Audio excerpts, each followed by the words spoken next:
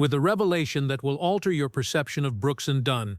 Country music icon Ronnie Dunn has just broken decades of quiet. He asked whether anyone wanted to hear his voice without his well-known partner after providing us Neon Moon. He was seen on camera leaving the stage in the middle of the song, looking broken. He was tapping his heart. What broke up the biggest duet in country music?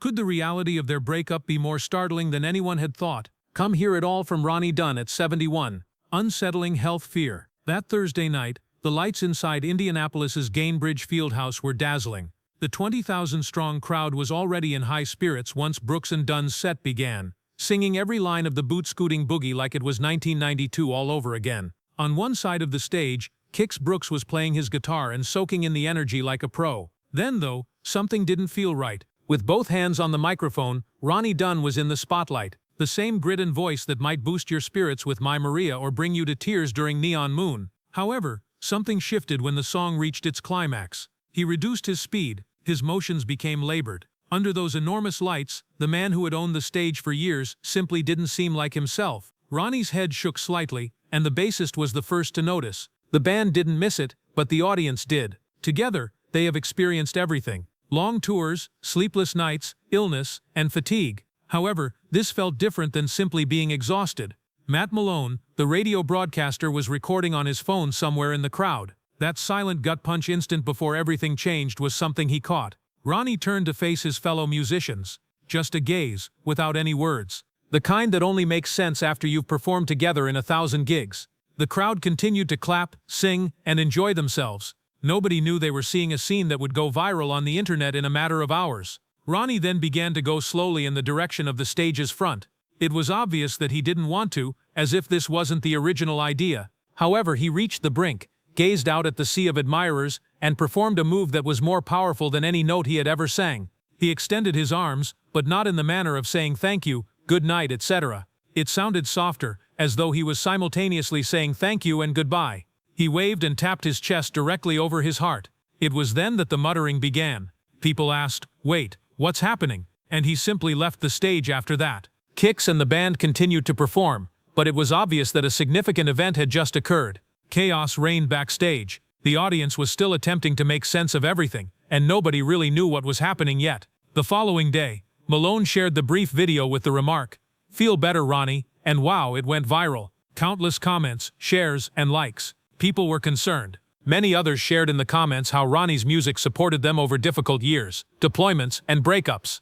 This was more than just a concert moment for many folks. It was intimate. There was a lot of speculation. Was it something more serious, or was he simply tired or ill? Forums for country music were ablaze. They weren't merely admirers. These individuals grew up listening to Brooks and Dunn on the radio, attending their weddings, and riding in their vintage pickup trucks. And Kix were not only well-known, but also well-known. The formal word arrived at the beginning of the next week. Ronnie wasn't feeling well after being sick during the encore, according to a spokeswoman. That was it. Just one line to calm the storm. No drama, no details. Although it was somewhat helpful, individuals still desired more. You want to know if someone you've been following for 30, 40 or more years is doing okay, especially if there's someone like Ronnie, who has never been the kind to leave the show in the middle. The tour's next stop, Rosemont, Illinois, was where the actual moment of truth occurred on Saturday. The same question was being asked by everyone. Would he arrive? Yes, he did. And not merely seem. He smashed it. The voice, the fire, everything is the same. Even at 71, the man still has the ability to light up a stadium. That evening demonstrated that whatever transpired in Indianapolis was not the end. Nevertheless, many were nevertheless affected by it. It was similar to witnessing your father or your favorite uncle acknowledge that he was temporarily unable to continue. It was human and somewhat tragic, but it was also somewhat strong because he returned, completed the trip, and continued. Fans will recall that as well, not just the stumble but the return. Following that, the New Moon Tour had 3 more stops, 3 more opportunities to demonstrate that while time may slow you down, it doesn't take away from your original greatness. However, the true tale began long before the celebrity. Back when there were only 2 men pursuing a sound rather than a spotlight. How did 2 different roads come together to form one of the most recognizable duos in country music? A preacher becomes a celebrity. A baby boy named Ronnie Gene Dunn was born in the dusty streets of Coleman, Texas back in 1953. At the time, no one could have predicted that his voice would eventually reverberate across the nation's crowded stadiums. He came from a working-class home and was just an ordinary child. Church was held on Sundays while prayer groups were held on Wednesdays. That was the way life was. Everyone assumed that he would become a Baptist preacher like the ones he heard each week. Ronnie pushed himself into his studies as soon as he arrived at Hardin-Simmons University. Scripture and sermon notes abound in his books, but something else was nagging at him from the bottom of his heart. The pulpit wasn't it. There was music. Ronnie would sneak off with his bass guitar and perform some tunes that sounded far more natural to him than anything he had read in class while his roommates stayed up reading the Bible. He seemed to be leading two separate lives. He was a preacher in training by day. He performed at little honky-tonks and smoky pubs throughout Texas at night. The problem was that he gained something from those late-night performances that theology was unable to provide. People were moved by the music. It struck a different chord because it was messy, honest, and unvarnished. When the school eventually discovered what he was doing, they were not amenable. They made it clear to him that he had to decide between being a musician or a preacher. He was unable to do both. The moment Ronnie picked up the bass, he was expelled. His family was devastated. Overnight, his entire life plan collapsed, leaving him unsure of what to do next. At the same time, a child named Leon Eric Brooks, later known as Kix, was growing up in Shreveport, Louisiana, nearly 400 miles distant. Music filled his neighborhood. The legendary country music artist Johnny Horton lived next door. Therefore, chasing music wasn't a very dramatic thing for Kix. It just made sense. As if it were the most natural thing in the world, he understood what he wanted and went for it. Traveling to Nashville in 1976, Kix quickly started to work. He began penning songs for other people, and he really nailed it. He wrote popular songs including Modern Day Romance for the Nitty Gritty Dirt Band, and I'm Only in It for the Love for John Conlee. His songs reached the top of the charts, and Nashville began to recognize him as a reliable writer. Ronnie was still figuring things out while Kix was becoming more popular. He released a few singles with a minor label in the early 1980s after dropping out of school, but they were unsuccessful. At number 59, one song reached its peak. Not the major break he needed, for sure. And that sort of near success just made things worse for someone who had already sacrificed everything for music. Doubt began to creep in. When he left the church, did he blow it? Then an odd thing occurred. Jamie Oldacre, a drummer buddy, surreptitiously entered Ronnie in a Marlboro-sponsored talent competition in 1989. He won even if Ronnie was unaware of it, and a Nashville recording session was the reward. It felt like a glimmer of hope after years of arduous work. In the end, that session changed everything. When Scott Hendricks, the producer, heard Ronnie perform, he thought, this guy has something. He gave the tapes to Tim Dubois, a prominent figure at Arista Nashville. Dubois was skilled at identifying untapped ability. Additionally, he believed that Ronnie's voice required something, or even someone, to reach its maximum potential. At that moment, Dubois recalled Kix. Despite Kix's success behind the scenes, Dubois thought he had a deeper potential and was destined for the stage rather than merely penning music for other people. So he took a daring step. He presented Kix and Ronnie. They weren't acquainted. They were completely strangers. However, Dubois suspected that their diametrically opposed personalities might mesh. It was a bit odd when they first met. They weren't sure if this would work, so they began feeling each other out. However, something clicked when they came down to write a song together. It wasn't coerced. It lacked polish. It simply worked. They created a demo, which immediately went viral. They had a record deal all of a sudden, and by June 1991, they were putting out their debut single, Brand New Man. The next thing that happened was unexpected. No other country duet had ever produced 4 consecutive #1 hits with their debut album. They transformed from two men with such distinct trajectories to complete country superstars in an instant. Once questioning whether he had any place in the music industry, Ronnie now had admirers from all over the country who were glued to his every word. The Coleman child had discovered his following. It simply didn't appear like a church congregation. What they did next would reshape country music and set records. But could that type of pressure hold two strangers together? 20 years of dominance. Nashville was completely upended when Brand New Man came out in June 1991. It was a surprise to everyone. People were embracing this new sound, so radio professionals accustomed to the typical country sound had to work hard to keep up. The song simply continued to rise till it reached the top of the charts. To be honest, that established the tone for everything that followed. What came next, however, was the true stunner. Neon Moon and My Subsequent Broken Heart both went to the top of the charts. The entire streak was then concluded by Boot Scootin' Boogie.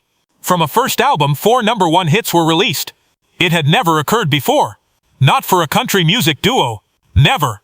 It was so crazy that even people with years of experience in the field asked themselves, is this a real talent or just a freak lightning strike? In addition to performing live on the radio, Boot Scootin' Boogie also occupied dance floors. All of a sudden, individuals were performing line dances in unison across the nation as if they were accustomed to doing so. The song attracted the attention of non-country listeners and even made it to the Billboard Hot 100. People eager to learn the moves flooded dance studios from New York to Texas. It was all over. It all came down to two men who couldn't have been more different from one another, and that's what made it work. Ronnie was a quiet, serious person with a voice that made you feel something. Then came Kix, who was bursting with enthusiasm and taking over the stage. Together they worked like magic, perfectly balancing each other out. 6 million copies of their debut record were sold, and that was only the beginning. Hard-Working Man, the second album, was another hit factory. More radio love, more number ones. They then won a Grammy in 1994 for Best Country Performance by a Group or Duo. By then, it was obvious that these people were the real deal, not merely well-liked. By 1996, they had accomplished something that no one believed was even feasible. They were the first duet to win the CMA's Entertainer of the Year award. Normally, solo artists with a strong stage presence would win the prize, but Brooks and Dunn proved to the world that a duet could be just as powerful. Next was a cover of a 1972 BW song called My Maria, Stevenson tune. It was the most popular country song of 1996 and remained at the top for 3 weeks.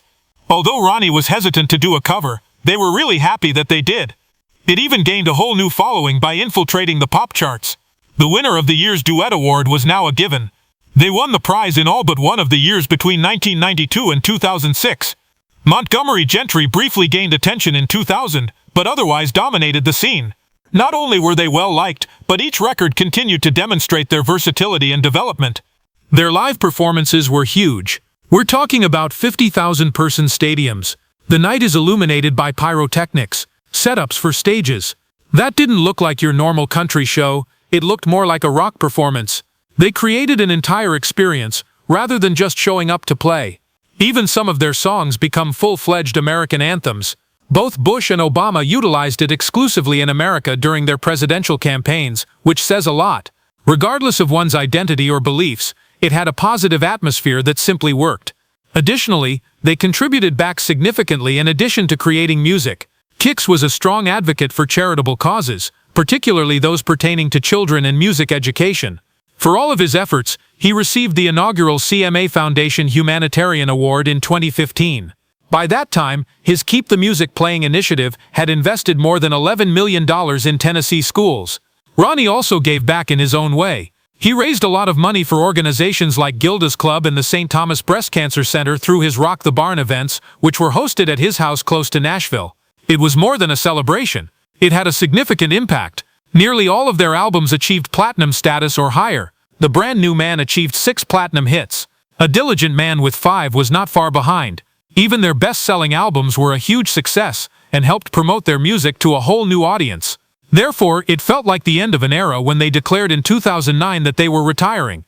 They had won 2 Grammys, 20 #1 hits, and more accolades than anyone could keep track of by that point. They have never done anything like any other country music duo. Furthermore, it's difficult to think of anyone ever surpassing it. However, the figures weren't the only consideration. They established a sound and style that became the standard for all subsequent generations. They demonstrated to the entire industry the potential of a country duo, and many people are still using that model today. However, what occurs when the lights permanently go out and the music fades? When legends eventually leave the limelight, what do? When achievement turned into a prison, August 10, 2009. For fans of country music, the news was a gut strike. Brooks and Dunn were ending their career after 20 years of dominating the charts, selling out tours, and earning platinum records. Not because they had a major argument or because they loathed one another. Burnout was something more subdued and cunning. Complete and utter burnout. Ronnie Dunn and Kix Brooks had been chatting behind the scenes for some time. They had completed everything. The accolades, notoriety, and record sales. However, the spark had dimmed at some point. They both began to sense it while attending board meetings and sitting in green rooms. They had just finished, tapped out. The creative juices had dried up, and it all began to feel less like a fantasy and more like a grind. For Kix, it was somewhat thrilling to step away. He intended to pursue other things, like radio work and even some film work. He was interested in a whole other world besides music. For Ronnie, however, it was like stepping off a precipice. In 2010, they embarked on their final tour, which they named The Last Rodeo. It was a strange mashup of a funeral and a party. Knowing that every performance was one more step toward the end, Ronnie stood up and sang the songs that had influenced his adult life night after night. Even though the crowds were more boisterous than before, something about it felt heavier. Upon the conclusion of his last performance at Nashville's Bridgestone Arena on September 20, 2010, Ronnie was left with an unanswerable question. Without Dunn and Brooks, who am I? As it happens, the solution was neither straightforward nor easy. Since he began performing in 1991, the country music landscape had undergone significant shift, and Ronnie was 57 years old. Younger performers were becoming more popular on radio. The voice that had dominated the nation for 20 years suddenly felt out of place as the entire tone changed. June 2011 saw the release of his debut solo album, which was well received. The melodies were strong, and his voice was still distinctive. Country radio, however, didn't give a damn. His solo material was unaffected by the DJs who used to queue up to hear Brooks and Dunn singles, and that was really painful. Sessions of recording ceased to be enjoyable. Ronnie would enter the studio carrying this burden of uncertainty. He began to doubt everything: his songwriting, his voice, and even if he was deserving of being there. He began to lose the confidence he had held for years. His surroundings took notice. The man who was formerly this intense and laid-back combination began to retreat. He stopped attending events. The most of the time, he would prefer to remain hidden away on his farm outside of Nashville than deal with the music industry, which seemed to suddenly lack a place for him. It took a toll on the mind. Ronnie had been half of something enormous for years. He gained identity, purpose, and significance from the Brooks and Dunn brand. He felt trapped without it, as though the world was going on without him. At night he would lie awake wondering if this was it, if the journey was done. Interviews also began to seem tedious. He would maintain his composure while grinning, but he could sense it from the way radio people suddenly regarded him. Respectful, to be sure, but uncertain, as if they were at a loss for what to do with him. He tried again in 2014, releasing a second solo album under the Arista Nashville label. It was well received by critics. They were sincere tunes. Nevertheless, it failed to make a commercial connection. Perhaps his sound simply didn't fit the new country atmosphere anymore, Ronnie thought. Perhaps the loneliness worsened once his moment had passed. What had been a tranquil haven on the farm began to feel like a prison. He would spend hours wandering around, rehearsing all of his uncertainties and anxieties in his mind. The man who used to light up stadiums was now unsure if anyone would ever want to hear his voice again. Industry insiders, including some who had been there from the beginning, began to worry. The drop from huge success to struggling solo artist came as a shock, and it happened quickly. It was uncertain whether Ronnie would discover that fire once more, that one that used to light up honky-tonks in Texas. Doubts continued to accumulate. Was my decision to leave Brooks and Dunn a mistake? Was it foolish of me to believe I could take it alone? Is my voice any more important? He was pulled downward by that inner spiral that never stopped spinning. Ronnie Dunn was at his lowest point, at least in his career, by 2014. The man who formerly filled arenas and reached the top of the charts was now sitting quietly, contemplating whether or not that phase of his life had ended permanently. However, the most significant changes can occasionally occur after everything else fades. What if Dunn needed to lose everything in order to rediscover himself? Resurrection and redemption. Oddly enough, the pivotal moment didn't take place in a large musical hall or a beautiful studio. It took place on a small, peaceful Tennessee farm. Just out there, away from the commotion, was Ronnie Dunn. People without labels are breathing down his neck. No radio pressure. Nobody has any expectations. And he wrote without any plan for the first time in a long time. He was alone with his guitar and no audience in mind, as if he were reuniting with a long-lost buddy. Then something clicked. The songs that emerged from that period were very different from what he had been doing while pursuing radio singles. They were much more honest and real. There was no pressure to win prizes or make the charts. It all came down to writing songs that were healing and felt real. That has some significance. That made him think about the reasons he initially fell in love with music. He ultimately included many of those songs on his Peace, Love and Country Music album from 2014. That wasn't the point, but it didn't blow up or anything. The fact that it felt real was what counted. He seemed familiar. It was quite different from the huge anthems he used to sing in arenas. Less loud, much more liberated and intimate. Then he did something that no one anticipated. And with that he launched his label. No more gatekeepers or middlemen. Complete authority over his vision, his time and his music. It also allowed him to support up-and-coming musicians. In a company that enjoys smoothing out the edges of things, people are trying to figure out how to be true to themselves. Kix Brooks was out there on his own at the same time. He launched into the radio industry as the host of American Country Countdown. And to be honest, it fit him. By connecting old-school listeners with current material and presenting the tales behind the songs every week, he was able to stay close to the music he loved. The radio booth turned into a relaxed little platform on which he could simply speak, And kicks can talk, man. He simply exuded his passion for country music and its rich history. He even tried his hand at acting in a few minor movies. Nothing big, but enough to satisfy his creative craving. It had nothing to do with celebrity. All he wanted was to continue developing and trying new things. Then, in 2014, they continued to hang together after their breakup during one of their regular dinners. It was suggested that they do a residency in Vegas. There was no grand plan for a return. More along the lines of, hey, what if we just kind of played again? Just them, some music, a fantastic location, and no tour buses. Nothing extravagant. In the end, Reba McEntire invited them to Caesar's Palace to join her. The Colosseum was an absolute paradise, fantastic acoustics, and a very personal atmosphere, and they were no longer required to move between cities. They could simply show there, play, leave, and eat dinner with their loved ones. It was akin to winning the lotto. It was significant to Ronnie, who was still somewhat uncertain about his position in the entire country music industry.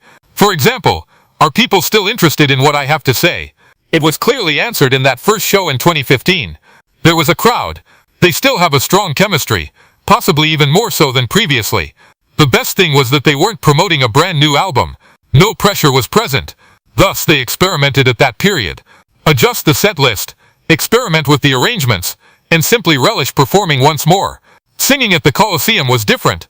According to Ronnie, his speech was audible to him without the need of enormous speakers. Up near, yet not with stadium echoes. Uncooked. He was reminded he still had it. That stage was where he belonged. All of that set the stage for something pretty crazy.